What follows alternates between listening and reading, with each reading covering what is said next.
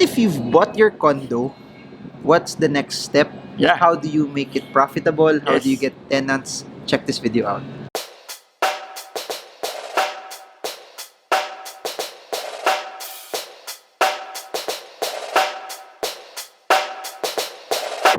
Okay, hi. I wanna invite you to Icon. It's this coming Saturday or next. Investment conference. It's May 25. no? Samsung Hall. Samsung Hall SM Aura. There'll be like 10 speakers in one day. So many information is gonna be shared there, and you can meet the celebrity speakers No, there no. in person. But what So, can they expect from you?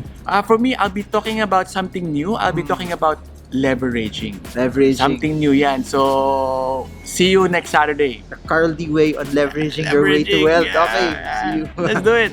Okay, Carl, let's talk about this. You bought a condo already. Okay. Either na sales stock ka or gusto mo talaga Correct, bumili. What's the next step? Kasi people have this idea na automatic people will buy from you.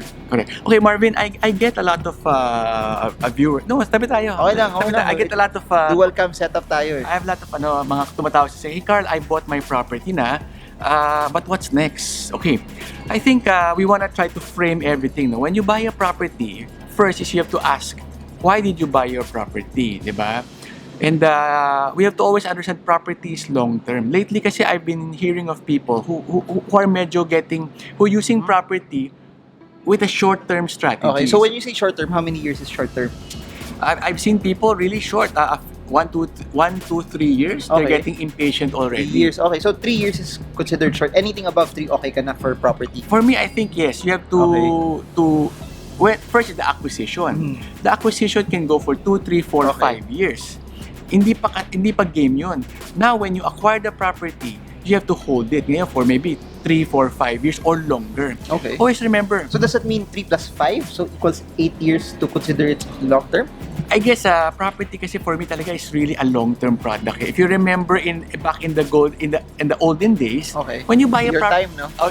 in Randall's time, no? Randall's time. A property is really long-term. It's something that you buy, then you keep. Hindi siya yung pang short-term flip, no?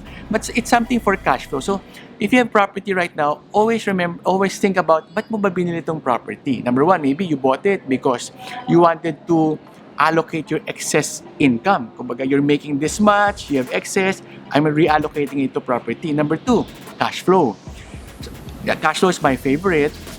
And I believe that a good lifelong strategy is to buy rental properties so you will have a big retirement cash flow at your golden years, diba? So the earlier you reach your, parang what do you call that point? Yung, Carl D retirement level status? I'm not yet retired. Oh, by the way, I wanna take this chance. So Okay. there's been some fake news going around. Hindi, no? totoo yan, guys. Somebody's saying that I'm multi-millionaire, blah, blah, blah. Multi. No way. So just a little backgrounder. No? So I used to be a delivery boy when I was Great younger. Success story pa. Delivery boy, took up architecture. Eventually, I was so blessed to find work with Ayala Land. And in Ayala Land, I was able to meet a lot of wealthy people. And there, na-learn ko yung na-learn ko yung mga wealthy people techniques. And that's Okay. what I'm sharing. So I'm still on my Talaga, journey. sobra. I'm still on my journey. I'm still a man at work. Okay. Pretty much man at work. Unlike Marvin, it's What- money at work. What car do you drive, by the way? Yeah. So I have a lot of debts. I have a lot of Grabe. installments. After turnover, you decide that this is really for rental. Okay. Yes. So what's Okay. the next step? So rental, and then of course capital appreciation over time. And another is legacy. Okay, so legacy is ipapapamana mo Yun to yung your madami ka eh. next generation. No. So I want to remind lang yung mga viewers na property is long term, and the first priority is really to fund for your retirement. So, kunwari, I have a friend right now who's medyo 60 plus, turning 70. Hindi naman si Randall yan, di ba? Hindi siya Randall yan, no? I think he's pushing that age. Pero anyway. So, he just sold one piece of property and he was able to gain back upwards 100 million. Whoa!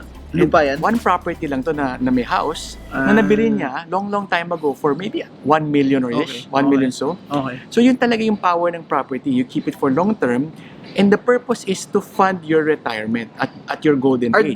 Are there opportunities like that in Metro Manila still na 1 million to 100 million? Okay, negative. You always remember na yung mga 100 million properties now, that used to be 1 million was when it was just starting out, di ba? Upcoming. So, yun naman yung property. Sa mga sa ano na yung Tacloban area. You buy in places, if you want mura, you buy in places na undervalue, the development is happening, and then you sit on it, you let the roads come, you let the bridges come, you let commerce come, you let the malls come, you let SM come, and then after that, the price goes up over time. I have a good question from that. You said na you wait for development to happen. Yes. What's a better area to buy something na wala pa nandun, then development to happen? Somewhere near na parang beach type siya or something na magiging city later on? Very good question. City versus beach Okay. or resort, parang Both ganun. are good. Okay. Personally, we've invested in both areas. See, But- nice. No, Amazing. you only have one life. You have to take your bets, di ba? But calculated bets. But it's two different strategies. If you invest in beach area, that's a tourism Okay. bet. Okay. You have to make sure there's access road to that tourism area. There has to be, Pero do you buy it na wala pang road kasi it will be cheaper before the road comes in, or you wait for the roads to be built? Or may plano pa lang? Kasi minsan may plano pero it takes 5, 10 years 5, before 10, they make 15, 20 years. before they build it. So Marvin, I guess to be really transparent, you cannot control these kinds of situation. Eh, minsan, you have the liquidity, you have the money, pero yung property that is given to you, wala pang roads. Okay. So now you analyze, okay, am I willing to take the risk na wala pang road? Okay. Yon. Meron naman mga situation wherein nandyan na yung road, pero mas mahal na yung price konti. Okay. Are you okay to take the bet? Good. So, it's really, ano yung dumating sa'yo. You cannot perfect the situation in property. In your experience, for example, say Pampanga, which is having more roads now, Okay. versus some areas in maybe Visayas or Palawan na beach areas na wala pang roads. Good question. What Kunwari, Pampanga. would you pick? Pampanga, for example, the price per square is a few thousand. Pero yung Visayas, Mindanao, Palawan mo is a few hundred. So you make that kind of decision. When you say it's a few hundred, maybe you're talking of 5 million, 10 million. Ito naman, you're talking of 30 million, 40 million. So can you afford 30 to 40 million? If you cannot, then your next bet is this one. But yung 30 to 40 million yun, you cannot get a smaller lot that's almost the same price as what you're looking at, or they sell it really in large blocks talaga. I think, you cannot perfect your situation. Okay. Minsan meron talaga, for example, okay, same amount, 10 million, Pampanga or some far away place. I think if same amount, then I would go for Pampanga. Kasi it's more, you can visually see it, ganon. But, different size. So, kunwari, the Palawan naman is bigger, hectares, pero yung Pampanga mo, for the same amount, is smaller. Which do you choose? So, I guess at the end of the day, it's really a personal preference, no? That's why when people come to Carl, maganda ba tong property? I cannot give them the answer, but I can give them the criteria. What are the criteria? Kunwari, That's interesting. Criteria for getting... for I guess choosing a property. Okay. Kumbaga framework. No? Number one, I guess your affordability. That plays a So big budget. part. Your budget. Number two, the size. Just to emphasize, a 300 square meter that doubles in price vis-a-vis, let's say, at 1 hectare, 2 hectare, that doubles or triples, medyo mas malaki yung return ng hectares. Okay. Pero medyo mas malayo yung time frame. So, ganon. So, 10 ano pa ba? million lot in Nuvali versus 10 million lot in Pampanga. Okay. So, Same lots lang, same same lot, may no? development. so that would be a location choice. Do I want to be in the Pampanga side Okay. or do I want to be in the New Valley side? Okay, now you make a decision. What are the drivers of the Pampanga? What are the drivers of the New Valley Okay. side, no? Visually, Mas maganda yung Nuvali, no? ano ba ang meron na, di ba? Yeah. And then you analyze, how about the traffic flow? How's the traffic flow in New Valley? How's the Okay. traffic flow in Pampanga? So, I guess, to give you a very straight answer, if I was in the situation where I have to choose, it's gonna be difficult. Okay. Kasi parehong okay naman, di ba? Pampanga, you're gonna bet on the growth of Clark Airport as the anchor of Clark. But I think if it's you, you'll buy both kasi you're Carl D. New Valley naman is driven by the criteria na it's kind of been 10 years. It's developed by Ayala. There's Xavier School there. There's Miriam. There's Vista Mall there. There's an Ayala Soledad. Seda Hotel is expanding. The infrastructure is there. It goes to a nice place that called Tagaytay. Yun yung criteria ng New Valley. Okay. Ang Pampanga naman, it's upcoming. It's coming. It's not yet there, but the story is there. It's anchored by Clark. Dennis Uy is developing Clark. And I think Clark will be really the next growth area. Oo. Especially with the airport there, malaking anchor. Pero does the developer play a big role, yeah. role in your analysis? Definitely. A developer plays a big role kasi they are the drivers of that area. Actually, if you look at how a city works, it's really the local government, the city government, who's the driver. Okay. Unfortunately, in our country, we kind of just rely on the private companies to be the driver of this growth. No, so drivers meaning, okay, I'm gonna put in a school. I'm gonna make so much effort to invite a school. No? Yeah. So I just wanna give some trivia. For example, Bonifacio Global City. I think we're here out.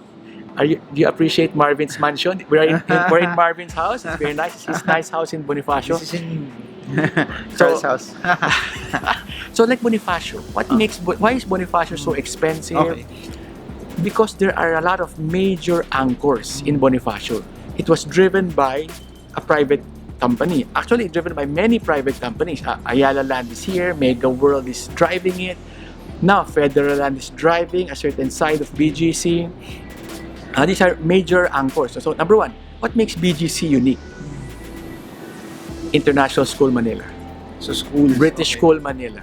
Japanese School. MGC Everest. These are 5 major educational anchors. Pero is it safe to say that you base it on the schools that they're putting around it to know na it automatic ma-filter out na sino yung target market nila. So of course, if international school, they're targeting medyo foreigners, expat, high-income communities kagad. Of course, yeah, definitely. You are right. No? School plays a big portion of your strategy. Okay. So BGC, they have the schools. And on the other side, you have St. Luke's.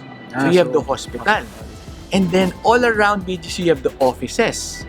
And then outside BGC, you have the upscale villages. Forbes Park, Dasma, McKinley. Pero was it because the infrastructure was laid out properly first before all of those were built? You're right, Marvin.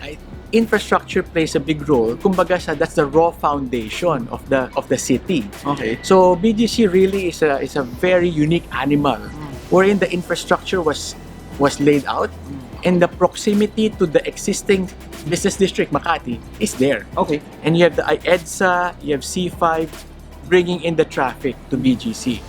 On top of that, there was the growth of the BPO, which needed a place to put up their office. That's why BGC was really, really a different animal. No? So how I wish we can look back 15 years and see all of this and make our bet.